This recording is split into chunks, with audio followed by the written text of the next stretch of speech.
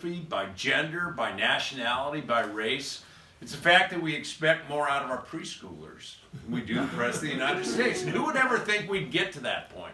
Democrats win, though, not just when it's something about him. It's not just about him, it's actually about people's lives. And I've traveled quite a bit. When you find that folks are working a lot harder and making less, 60% of Americans haven't had a pay increase in real terms in 40 years. Or I was growing up in the early 70s. At that time, 90% of 30-year-olds were doing better than their parents were at age 30. Today, it's only half. 2/3 of the counties in this country have lost businesses over the last decade. And folks saying, I shouldn't have to leave my place of worship or my school just to make a decent living.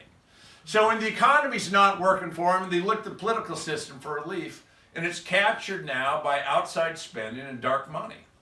There's a case called Citizens United that I'll talk a little bit about. Before that case, 2% of all outside spending was from groups that didn't disclose their donors.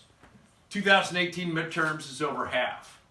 Or you see environmental regulations being gutted because that's what the polluters want. You see people feeling like their voice doesn't matter in D.C. It's no wonder in some respects folks are frustrated, they're anxious, they're angry. But instead of doing something about that, Donald Trump's poured gasoline on that fire. We're more divided today than any time in my lifetime.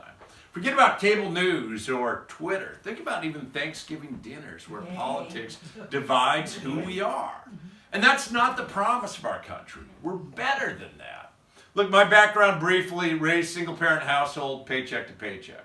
Like I only knew there was a governor's house in town because I delivered newspapers to it. So I've made it 4 blocks in life from where I started. But worked my way through college and borrowed my way through law school. I'll never forget that day my wife and I paid off what would be $175,000 in today's terms.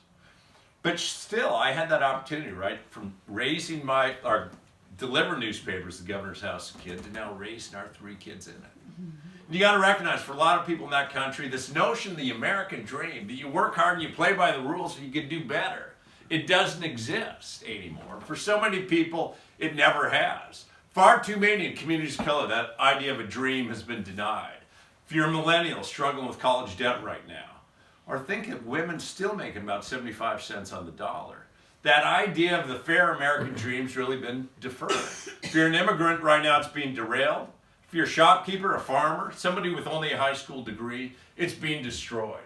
So to me, it really is about beating Donald Trump, but it's got to be more than that. It's got to be about making people believe that the economy in Washington, D.C.